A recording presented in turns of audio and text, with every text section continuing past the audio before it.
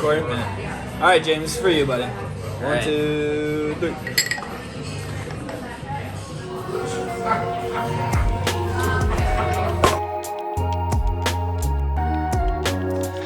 The Backforty is back again. And Anthony, I gotta say, it's good to be back again. It is. It feels good to be back. It feels like it's been a bit.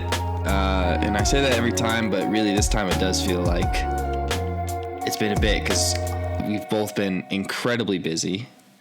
Yeah. And like so much activity, so much has happened. You over there got your master's degree. You walked across the stage and you got a diploma. Like shook hands. Right. Grab with the bottom. Yeah. So like you did all of that. And I've been traveling last couple weeks. So it's been really get into some of that too. Yeah, we'll have to. But it's been getting really crazy, man.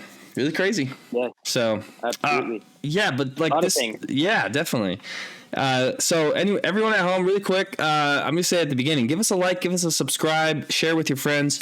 We really like this podcast, and we'd like to be able to do it more. So yeah, give it a like. Just so we know, Anthony is going to share some insights, some takeaways from his time at Temple, because it was 2 years of intense master's degree work. Yeah, just intense. I don't know about that.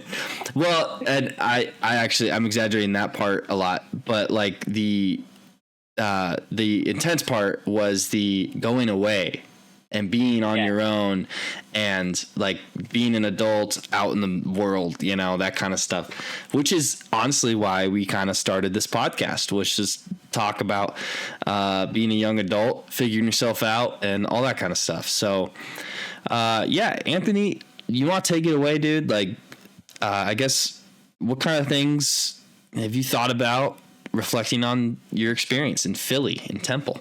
Yeah. No, it's so I'm back home for everyone listening to your audio. If your video, I'm inside my house right now in Newberg, Oregon. So quite a few thousand miles away from Philadelphia right now. And, you know, it was actually a week ago today.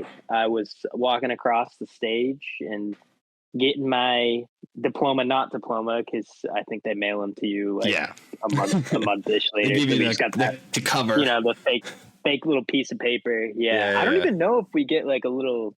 We must. Really? I'm assuming it comes in like you don't. But we get didn't like, even get that part. Like one of these things. You got one of these, right? At Whitworth, they handed us those, like where you put your diploma in. Maybe at Temple, they ship the whole thing together. But yeah, we just got like a piece of paper. Jeez, I'm essentially. Keep talking. I'm sorry. I'm screwing my diploma up. But yeah, no, honestly, I think it really hit me that I was going to be leaving the city for probably quite some time. Last week, kind of getting ready for graduation, saying goodbye to some really good and cool people I've met over there. And so, you're not going to be back for a while, huh? Like, there's not going to be much of a reason. Right. Well, I think possibly. There's a lot of people who want me to come. There's a lot of people who want me to come visit them. So if any of those people are watching, I will come visit or make a good effort to at some point. Eventually. It is pretty far away. It took me 2 years to get out to you.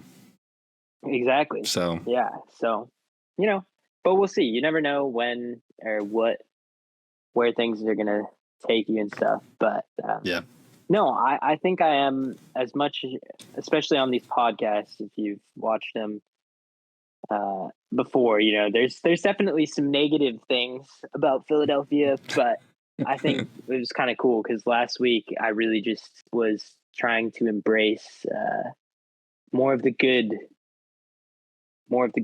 and really the special things about the city. And like, I think some of those things maybe I took for granted a little bit. And I think that mostly has to do with just, you know, the people and some of the culture itself, like being in an environment where there's something always going on.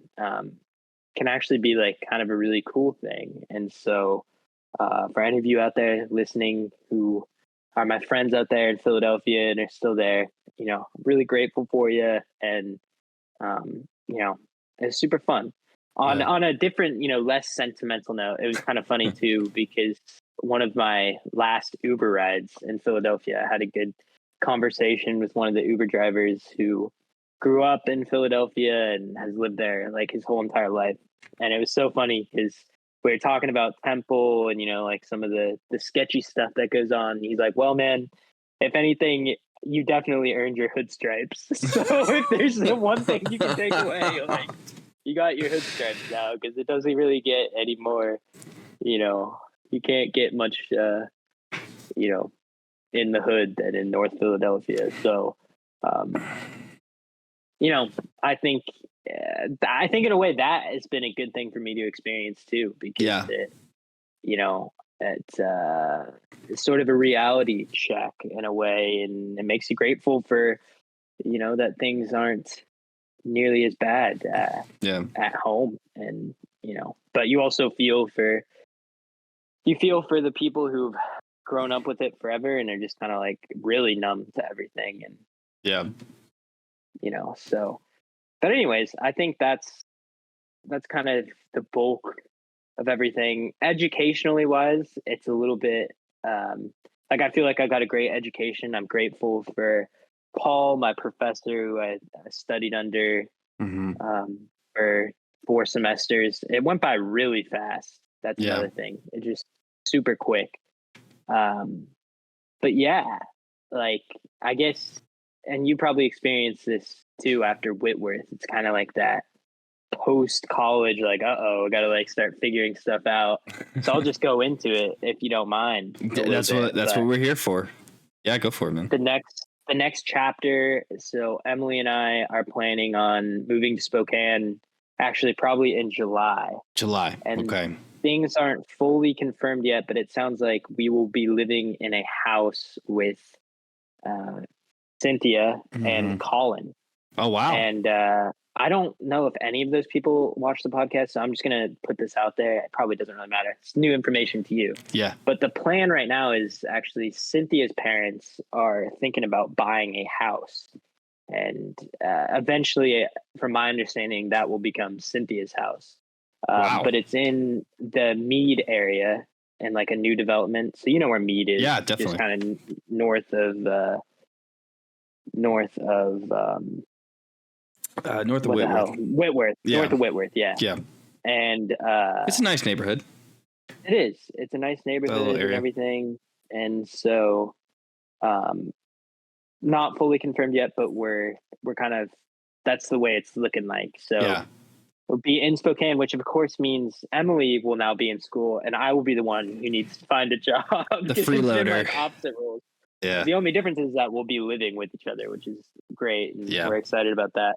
But yeah, so I'm just kind of on the hunt for some jobs. There's a couple of different things related to music that I have some decent leads on right now. So I don't want to speak too much about that yet until anything's confirmed by the off chance. I get it. I have nothing's fully lined up yet or anything, but there's some potentially good things.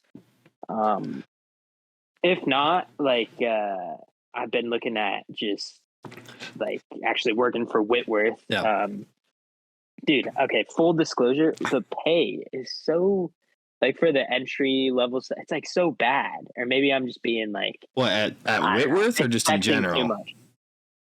At Whitworth. So for example, like kind of like an entry level one that I was looking at is like admissions counselor, right? Which is just like it's like administrative heavy stuff, but you're working at an office and you're a little computer, talking to people on the phone, whatever. So it's like $17.50 an hour, I think. Oh wow! And so it's not even like full time. Wow. No, but so the funny thing is Gonzaga, which for those of you who don't know is like the bigger university in Spokane, the basketball team, whatever. Yeah. So they have an admissions counselor thing open too, and the starting pay is like 21. Oh, for that. Do that compared to 17. Well, yeah. So like, I think if I end up applying, which I probably will just because, like, Yeah. I mean, Gonzaga would be the way to go there because the pay is like so. That's a so much better, difference but- between like 36,000 or whatever versus like 42,000, Right. you know, like 41,000, something like that. So that adds up. Exactly. Yeah, it does. And so if I'm being honest, either of those wouldn't be like my first choice because like I still kind of want to I'd rather, if I was doing admin stuff or if I end up doing that, I'd rather it be in music somehow. So I'm still kind Definitely. of in the same related field. But just going off of that, you know, my teacher, Paul, and I were talking a little bit about post-grad life, and you know, he was telling me that when he got out of school and like he had some debt and stuff and he had to be working like 50, 60 hours a week just to kind of stay afloat. He said that he'd wake up at like 4 a.m. and go like play clarinet and practice because that was like the only time during the day that he had time. So hopefully that's not going to be me, but like if need be, my ID card still works at Whitworth, so I might be swiping into the music building. Might be going upstairs. Getting in some early morning practicing before you know, the workday starts. That's what we have to do to grind it out. But Dang. that, and of course just, you know, the whole point of that, for those of you who don't know, is like for like orchestral jobs or like band jobs, even you look at like bulletins and like websites that announce certain auditions that are happening, but they just kind of happen somewhat randomly throughout the year. And so you have no idea where or when jobs can open up. And you just have to be in shape because every single audition, like, roughly uses the same short, like, musical excerpts as their audition list. So you just kind of have to keep cycling those and practicing those once you're outside of school, so that when an audition arises that is like an attractive job or not attractive even, but you have to be kind of ready to go on. Sometimes it's as short as, you know, a few weeks. Sometimes you have like a couple months to prepare. But you got to be able to kind of whip that out fast and be ready to go.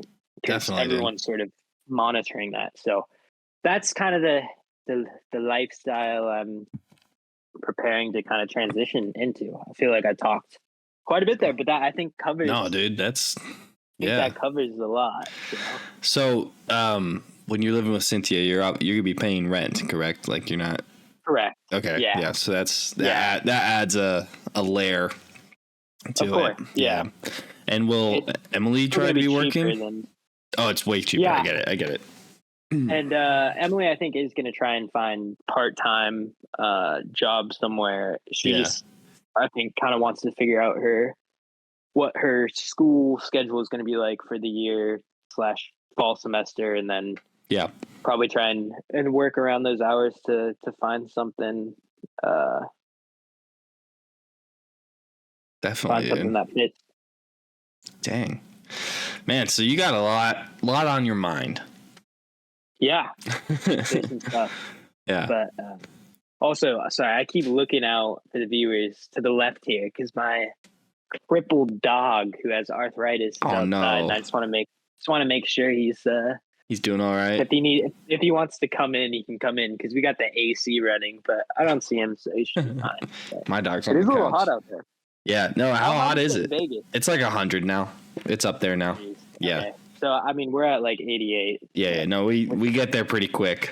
Yeah, I mean, when May hits, it's like, all right, 90s. You know, like we're definitely in the 90s. But I gotta be honest, it feels almost like right to me. I'm like, oh yeah. This feels fine because I haven't been. You know, it's been chilly the last couple months, but it's been nice to like, oh yeah, it's back to heat the way I like it. Yep. For Vegas. No, dude, no, that's cool. So July, like early July, mid July, what's up? I think, probably early July is what it's looking at like right now, but hasn't fully come to fruition yet. So dang, dude, we'll continue to see. But anyways, yeah, enough about me, enough about that. I'm graduated. I got another degree and a little more debt, so that's fun, but not too much. You just got back from the East Coast. I did. Midwest. Midwest. I don't know, but it trips me up. It's East, it's funny. for sure. Ohio is like a marker for Eastern Standard Time. Like 100%. You're not. It is definitely in the East, but Eastern. it's like, but it's everyone calls it a Midwest state, right? Like everyone they'll even call like Pennsylvania like Midwest, like upper Pennsylvania or whatever. So like Mid-Atlantic or whatever. Mid-Atlantic, yeah. So Ohio, very Midwesty, especially where we were at, which was like north of Cincinnati, like Dayton was where we were. Dayton, Ohio. Yeah, no, it was great, dude. So we flew into Columbus and then we went down to my brother-in-law's graduation. So he graduated from Cedarville University, which we had him on, Nathan. He talked about Cedarville. Congrats, Nathan, if he watches this. He got his degree in, I think it was cybersecurity, his bachelor's in that. And then that same day, Anthony, the same day, that morning we went and we go watch his graduation, gets his diploma. That afternoon, he proposes to his longtime girlfriend, Ashley. She says yes. It was a great day. It was awesome. That's awesome. And so he not only graduated, he got engaged that same day that he graduated, which is more than can be said about a lot of us out there. That is a big that's a lot in one day. Yeah. Wow. Yeah, it was a big day. It was a bit of it was interesting. It was super fun, super great day, but basically like after graduation we had this whole plan to surprise Ashley with this, like we had this whole scavenger hunt thing planned because that's what her parents did, and she said she wanted something like that. So we took her around to different.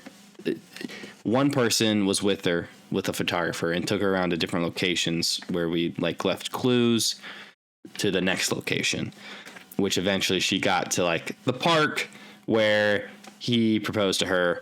But yeah, we were on it for like 2 hours, not even joking. Wait, so it was like the scavenger hunt presented in a way that's like, oh, we're just gonna go like do this fun thing that everyone does. Well, it was it was definitely a surprise. So we didn't say this is for the engagement, but like the first one was the grandparents, 2 sets of grandparents were like sitting on some benches, and her and my sister-in-law, Maddie, like who was guiding her through all of it, she was in on it. They walk up and they're having this conversation with the 2 sets of grandparents, and then the grandparents hand them a clue, and it's kind of like, oh, okay, it's from Nathan. It's like, so she like she got what was going on. She caught on, and okay, like she was aware that if there was, it was definitely going to be this summer that he proposed, because they had talked about it first and foremost. They got a venue for their wedding already, so it was like, oh man, all right, yeah, like they like you like obvious. Yeah, it was still really good. It was just like, she knew it was gonna be happening at some point. Like she got her nails done. Like she was ready. She was ready, but she didn't know when it was gonna happen. Yeah, it was, which I agree with. It's like it's good to communicate that kind of stuff, especially like the venue they wanted. Like it took, they had to be like a year out kind of situation. I gotcha. So anyway, so she went around a bunch of different stations, and then one of the fun parts was like her family surprised her. Like she didn't know that they were going to be in town, and they were one of the stations, one of the areas that were kind of special to them. So that was fun. She got to see her family, and then they got engaged. It was really cool. So if I remember, I'm going to try to put a picture of it up, you know? Yeah. But yeah, it was super fun. It's just a good time. And then after we got some food, some ice cream, and then we spent a couple more days, on Lake Erie, actually, like a little Airbnb up there. And we went to Cedar Point, which is a theme park. And it was really fun. It was super great roller coasters. It was a good little trip, big family trip. And got to see everybody, and yeah. So, and I had never seen like the Midwest, so it was cool. That's awesome. I'll say this about the Midwest: it is like think like Central Washington, Anthony, like Allensburg. Yeah, like yes, like long open, like country road, Flat. real flat. There's just like silos out in the middle of nowhere, farmhouses, right? And then it's just kind of oak trees, and it kind of just looks middle America, just imagine, so it was, which was great. It was super like quaint, right? Like it was, and then I'll say like Columbus, that was a cool city. I thought it was pretty decent. There's some good buildings and some coffee houses and stuff. So it was a cool area, Ohio. I didn't mind it. There's a lot of people make fun of Ohio, they kind of, it's a meme. Yeah. It's like, oh, they must be from Ohio, it's a lot of stuff. And then I was just kind of like, well, it looks like Spokane to me. So, in a, it's kind of similar to that. Cause it's generally Ohio's going to be a little more, industrial, on some areas, and then like agricultural, right? So it's just, I got this. Yeah. It's just like, it's a lot of farming and a little bit of manufacturing, and like, that's it, like there's and then some universities and stuff, but I thought it was very pleasant. We stayed in this old ass house that was made in like 1830. Airbnb? What's that? Was it an Airbnb VRBO? Yeah. It was like, this one was actually like, it was like an official like bed and breakfast. Like the guy made breakfast for us, that kind of deal. The house was made in like 1830. It was like this old American style, like almost colonial style house, with like old furniture. It was kind of interesting to stay in something like that. So yeah, it was a good trip, man. I thought overall the things we came to do got done in a great way.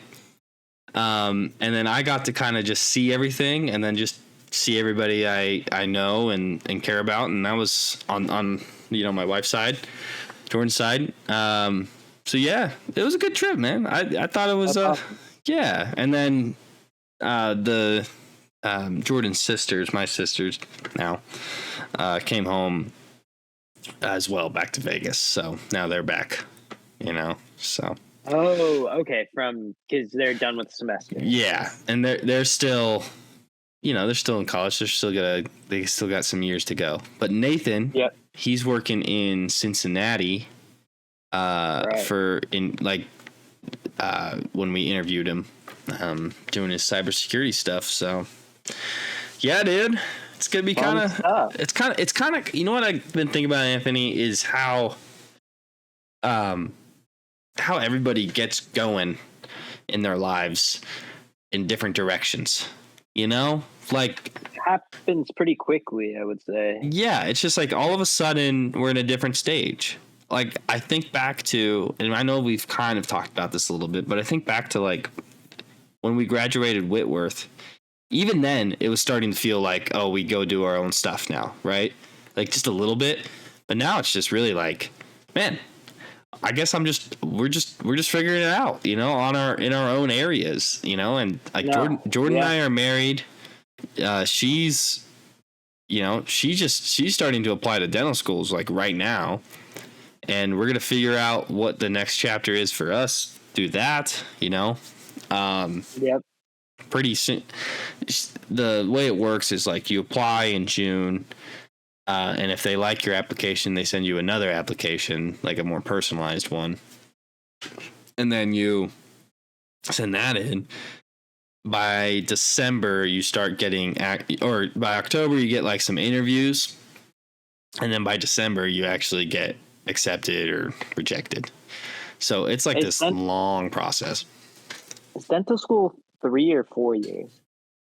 It's 4 years. It's 4 years for a general, like, I think it's like a DDS, something like that. Yeah. A general dentistry degree is 4 years. And then if you, I don't know the qualifications, but if you do a good job and want to do more, like get specialized, let's say you want to do pediatric dentistry or you want to do anesthesiology or something like that, that's called residency. So you do like 4 years, like on the job training, at a, like getting paid. Yeah, getting paid at a particular dentist office that like your school sends you to. And typically it's not within your own state. It's like they just send you somewhere else. Wherever they need them. Wherever they need you. Yeah. So the residency portion, that's 4 years. So, okay. So on top of the 4 years of good Lord, dental school, you got possibly, I think it's like 3 to 4 years of residency, and then you become a dentist and you get hired somewhere and you start practicing dental stuff. Gotcha. So it's a long ass process. One thing we did look into is that the military hires medical doctors and dentists and stuff, and they pay for your dental school throughout, and then you also like receive a stipend, but with the caveat that you work for them. You're a officer for them for like 4 years or something like that. You got to go to basic and everything. You go to like this officer training school, which is it's like a separate deal. It's basic for officers. It's like you do some like physical for. I think it's like they're like commissioned officers, something like that, when they're in the medical arena. Is it still like an 8-week kind of standard? You're away, shipped off in Texas or some shit. Yeah, definitely. like you go to their academy, and then you do like this course and stuff, and they teach you all these things, and so you kind of get used to the culture. So if she's feeling that, she could do that. Like I honestly have zero preference on her decision with like where she wants to go to school, if she wants to do the Air Force or Navy or whatever it is. She wants to do residency. She doesn't want to do residency. Like I have not a lot of preference because I'm just I'm eager along for the ride. Yeah, I'm eager to see where it's going and how I can kind of fit into that with my own stuff.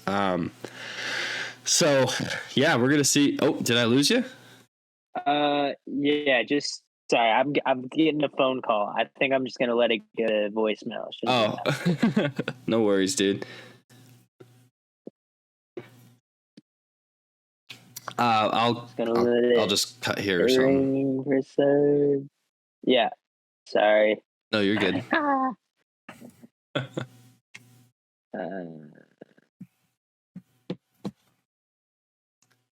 Oh man, this thing's okay. We're good.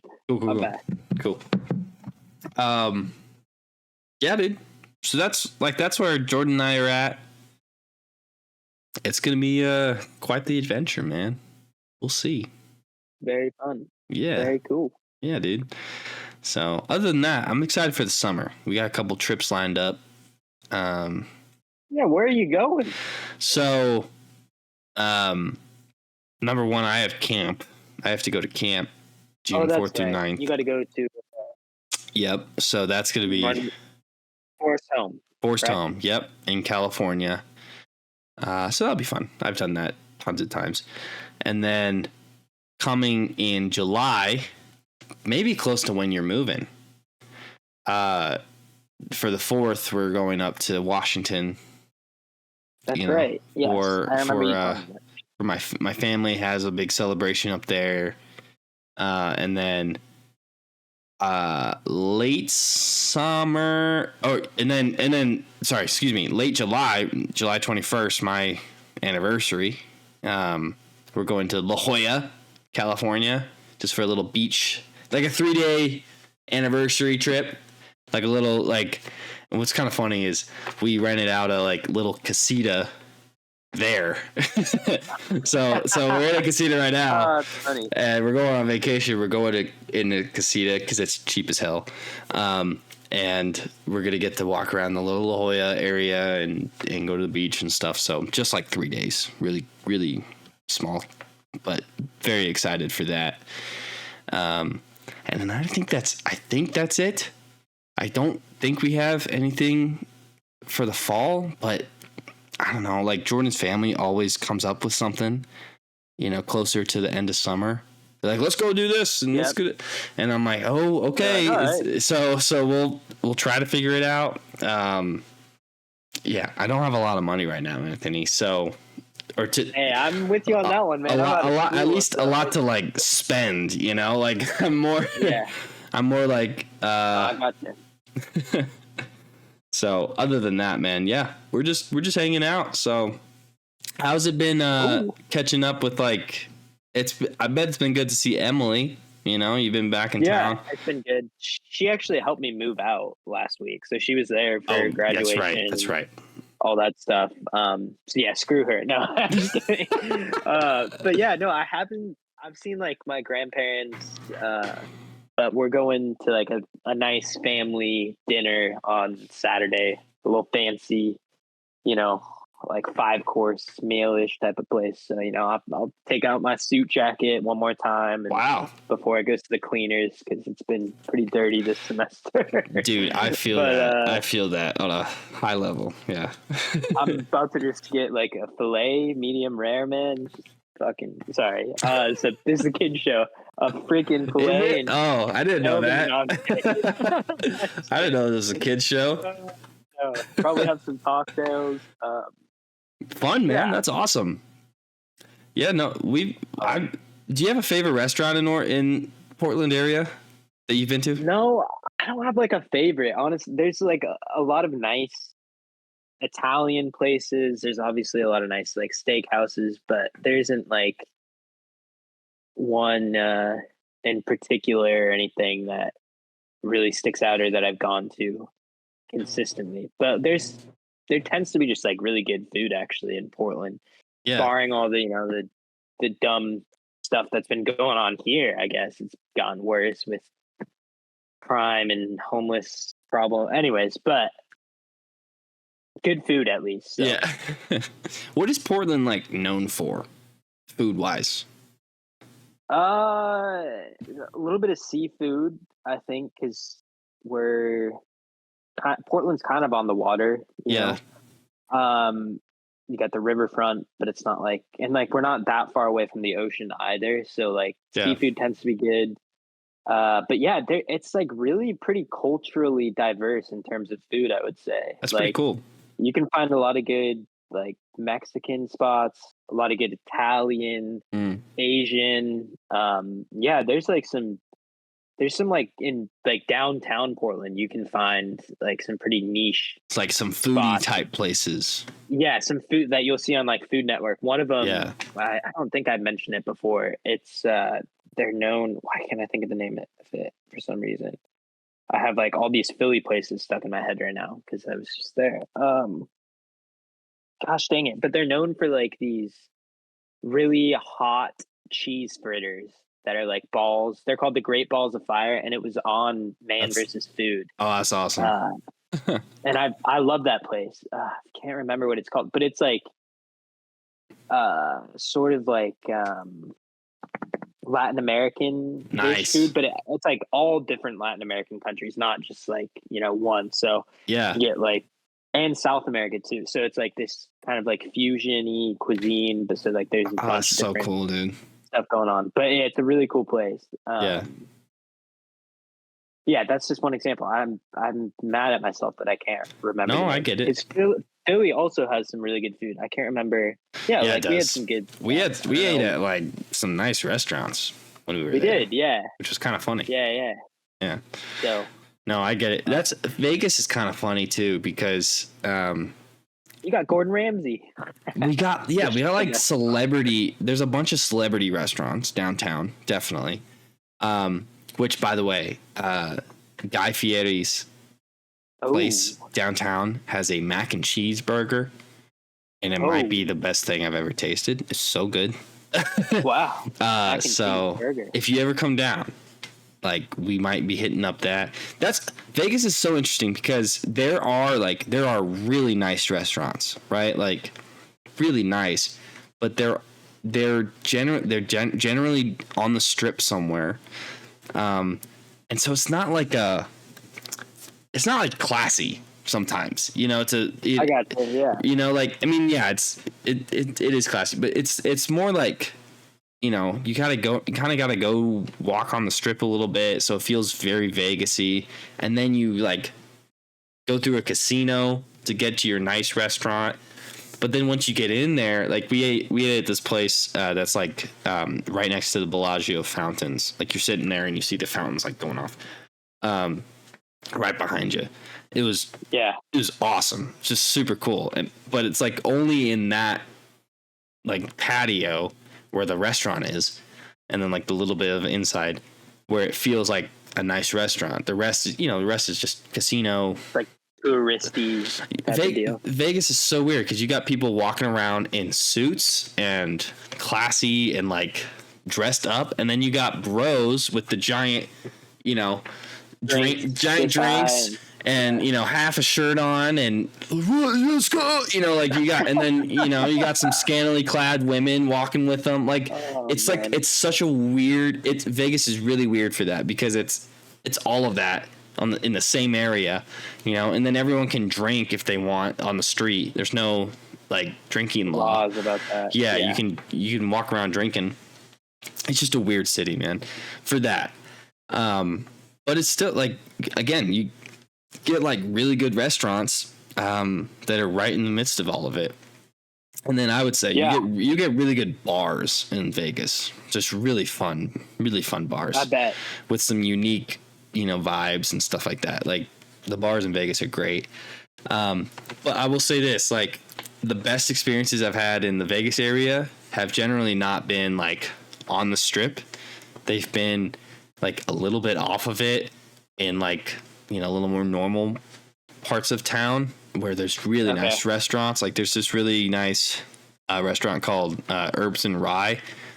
And they're like a prohibition type-ish, place. And if you come down, we got to go. It's like a really fun little bar area. That sounds fun. Yeah. But like good food, that kind of stuff. So anyway, like Vegas is it's just kind of weird, So I kind of enjoy, like I enjoyed going to Philly where the restaurants match the rest of the scene, and it feels like it belongs there, So yep. Like you get really good seafood in Vegas, which makes zero sense because it's in the desert. Gotta get shipped there probably daily. Well, that's what it is. They like fly stuff in, or ship stuff in that day, and then you eat it that night. It's just it's a weird system, man. It's like a city that shouldn't exist, and it does. And that's exactly what it is, Oh, it's funny. It is funny, man. It's a funny thing, but I don't know. I enjoy it. I enjoy living here. Yeah. It's just that heat is the one thing that I don't know how y'all deal with it and not just fry every summer. Bro, you don't go outside in the summer. Not even kidding. That just seems so depressing. Like I don't know. I have to be outside a little bit, otherwise. Well, you go in the morning. Like a headache and yeah, you gotta wake get up in the morning kind of early, like 6, if you want to enjoy the morning without burning. Like if I wanted to go on a hike, I would go at like 6 in the morning, you know, and then I'd be done before 9 or 10 at the latest. Because once it hits 10, it starts to ramp up to like 100. 100, yeah. And then the worst time, which this is so funny because in high school we practiced like in the middle of the day in the summer. It was just stupidest thing. Did you have doubles too? Yeah, we did. So we got up in the morning and it's like 100, and you go home and then you come back at like 3 when it's the hottest in the entire state. It's the hottest at like 3 o'clock, 3 or 4. And then you practice then. So it was like this, Vegas. It's so fun. It's so hot that I don't know. Have you experienced any southwestern state like that? Have you ever been in like this kind of heat? Death Valley once. Okay. But not for a long time. Just like driving through. Did you? Even then. Was it like 100? Yeah, actually, I've been to Arizona, and it's also like gets very hot there. Like Phoenix is hot. Yeah.